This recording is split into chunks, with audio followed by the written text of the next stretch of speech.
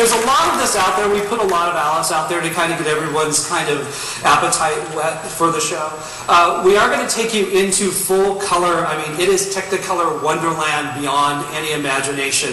The studio actually took the original Falling Alice. They went back to the original cells. We actually scanned it. We actually repainted it. They built an entire scene for us of that, and her landing in the bottle and her floating in the bottle for us to use in the show. So there's a brand new animation all over the show, which is great. Ding! Come on, clicker! Okay. So different things happen in the show. Alice lands in this world, and she ends up running into the White Rabbit. The White Rabbit comes out of the lagoon. But the White Rabbit's done actually as a white fountain. Da -da, da -da, da -da, da -da, da. So we're going to have your mind kind of get caught up in the show and use your imagination to paint the characters in new ways. We actually hit the back wall, and all the numbers from his clock go flying, and then the cards pop up, and we go into a big crazy card march. Another sequence is the whole flower garden. The flower garden is outrageous in this. The French team is working on this.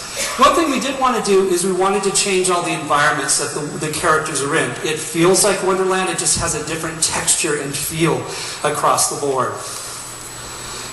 And of course, there's my favorite, the Cheshire cat. Whee! We're going to show you a cool thing with this. We actually have the Cheshire cat. And his body's going to be made out of water, and he'll appear and disappear. But we've been working with an artist up in LA called Megan Brain, and Megan Brain is a paper artist. And we basically went to her and said, hey, why don't we do some of your paper animation and put it into the show? We're doing a lot of little things like this. You're going to see new types of animation kind of brought in. It's very Fantasia in the way things are brought together. So here's our first test. Here's the Cheshire cat. And kind of when you take paper and you give it to really great people, you can start to do really, really fun animation.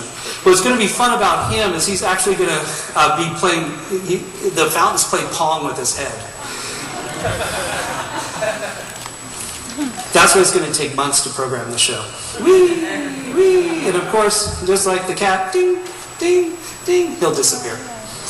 So it's just one of those tests. I do have a new piece to show you.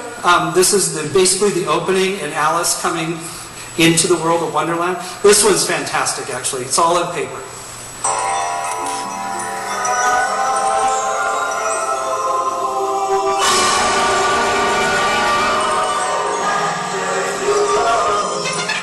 That terrified everybody, didn't it? Hey, I was kidding. Moving on. So after we get out of the world of Alice, Alice's world is actually swept away. The wave comes in, we get swept away. There's a laser wave that comes out of it. And then we go into the world of the Little Mermaid.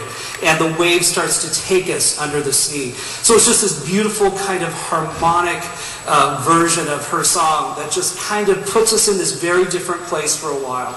Out of it comes Under the Sea. We're going to do a very fun version of Under the Sea with Sebastian, the gang, and all the fountains that actually will do a conga line. This is one of those places that little Squirt comes in and he gets all the fountains to follow him. So it's splash, splash. And we're going to make the fountains be fun. We're going to make them really human-like. So when you get done with the show, you'll believe that they're actually real. There's people under there. So out of the end of this, we take you into the world of Crush. And Crush, ding. There we go. Oh, sorry. This is a version of the Little Mermaid. This is the original painting that Richard in our office did for the show. Richard did all the original art for the show. And what's great is it kind of sets the mood of it. We do have an effect in the show that we call the projection domes. Projection domes are domes that live under the water that will rise up. They have full integrated video. And we're going to tell stories on them. So this is kind of the first time they arrive. They might come out. Oh, I have a meeting. Don't you love that? I love Macintosh.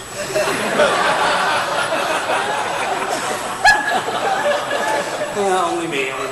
So this is the first time they rise up. They'll turn into beautiful jellyfish, and then later on they become a myriad of other things. So here's the idea behind Crush. Crush is actually going to take us surfing on the EAC. It's a really great dramatic moment where all the fountains make the curve of the EAC, and he's actually going to come out of the middle of it. From here, ding. we end up with Marlin and Dory. And Marlin and Dory basically do a scene that we call Speak Whale. Oh, we love Marlin and Dory. Do you guys know this part where it's like, we need to bring this up? You guys get it, right? Another great comedy interstitial. Again, Pixar's totally redone this animation for us. So basically, as Crush splashes out, we're left with Marlin and Dory, who are just kind of stuck there. They need to find his son. Of course, there's this giant whale that they're talking to. We're actually going to make the whale in water. I'm going to show you a little test of that in CGI. So this is the whole idea, is you'll actually see them on the back wall. We'll have all the grid fountains come up. You'll see this giant blue object come across the lagoon. As it does, of course, it will become the whale, and of all the whale sounds, it will spout water. Whee! And as it dives underneath, we use all the fan jets, and of course its tail will splash away. So it's just imagination in water and how we kind of go and bring all that to life in a different way. The whales, of course, basically at the end of it, Dory calls the whales. The whales come, they're the whales from Fantasia 2000. We have all that footage. It's gorgeous on water. The blue really reacts well to the screens. So you're going to see them all breaching out of the water, interacting with the fountains. As they do, they take and they send us sailing off into the stars. But to get into the stars, we have this little fun piece that we're going to do. This is the original art that, again, we did for the original pitch of the show. We actually put all the domes up, and we're going to do this in the actual scene. We're going to make them into actual planets, and we're going to take all the LED lights and actually make kind of a sparkle tone, so it all kind of interacts with all the projection surface. So we'll make kind of a sea of stars that we're living in. So to get into the stars, we actually go up into the sky. We see Diana, and Diana's going to shoot a fantastic arrow across the sky, a comet, and it's going to take us into that world of Wally and Eve, where we're going to go into their kind of wonderful place. We did have a fun idea. We took the idea of Diana, so Diana's going to shoot that comet.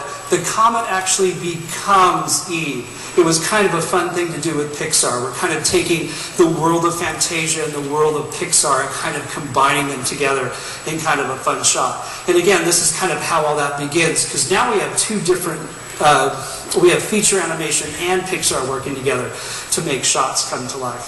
So we end up in the stars. There's a beautiful kind of sequence with Wally and Eve that's going to be just wonderful. That's all I can tell you. I won't tell you anymore.